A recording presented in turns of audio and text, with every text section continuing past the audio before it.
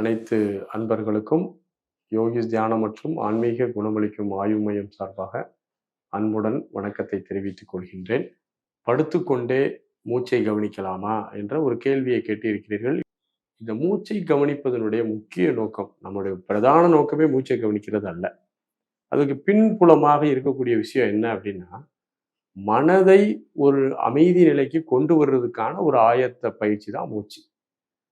இப்ப எப்படி நமக்கு நெருப்பு பத்த வைக்கட்டுமா சோறு பொங்குறதுக்கு அப்படிங்கிற மாரி, சோறு பொங்குறதுக்கு நெருப்பு பத்த வைக்க தான் செய்யணும். அதே போல நீங்கள் மனதை அமைதிப்படுத்துவதற்கு மூச்சை கவனிக்கிறது ஒரு ஆயுதமாக பயன்படுத்த வேண்டும்.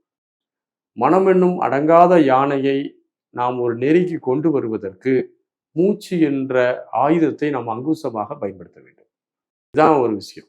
நீங்க படுத்துட்டு இருந்தாலும் சரி, நின்றுட்டு இருந்தாலும் சரி, நடந்துட்டு இருந்தாலும் சரி, எந்த சூழ்நிலையிலும் இந்த உடல் எந்த நிலைகளில் இருந்தாலும், உடல் 4 நிலையில தான் இருக்க முடியும்.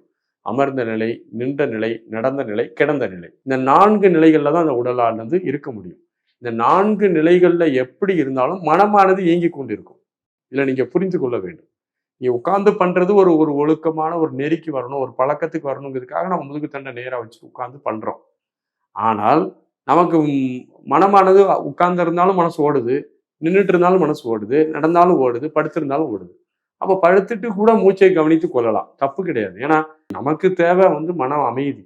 4 நிலைகள் சொன்னோம் பார்த்தீங்களா? எந்த நிலைகள்ல நீங்கள் இருந்தாலும், நீங்கள் என்ன செய்ய போறீங்க? மூச்ச தான் கவனிக்க போறீங்க. நீங்கள் மூச்சை கவனிப்பதன் மூலமாக உங்களுடைய மனம் மூச்சை கவனிக்கிற வேலைக்கு வருது. அந்த வேலையை மனம் தொடர்ந்து பார்த்து கொண்டு இருக்கும்போது, இயற்கையாகவே கொஞ்சம் கொஞ்சமா மனமானது என்ன செய்யுது?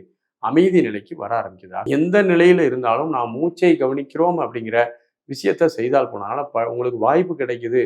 நமக்கு தேவை இந்த குடிகாரர்கள் எல்லாம் பார்த்தீங்கன்னா, வாய்ப்பு கிடைச்சுன்னா போய் குடிப்பான். ஏதோ ஒரு ரீசன் அவனுக்கு ரீசன் தான் தேவைப்படுது. ஒரு சாக்கு தேவைப்படுது. அதே போல தியானத்துல அல்லது மன அமைதிக்கான ஒரு பாதையில முயற்சி செய்யக்கூடியவர்கள் அந்த படுத்துட்டு கூட மூச்சை கவனிக்கிறத ஒரு சாக்காக பயன்படுத்தி கவனித்துக் கொள்ளலாம். நீங்க பண்ண வேண்டியது அமைதியா கவனிக்கிறீங்களா அப்படிங்கிறது தான் விஷயம். அது எந்த நிலையில இருந்து நீங்க கவனித்தாலும் அது பரவாயில்ல. நீங்கள் எப்படி செய்தாலும் நீங்கள் அமைதியை பெற வேண்டும் என்பதுதான் உங்களுடைய நோக்கமாக இருக்கிறது.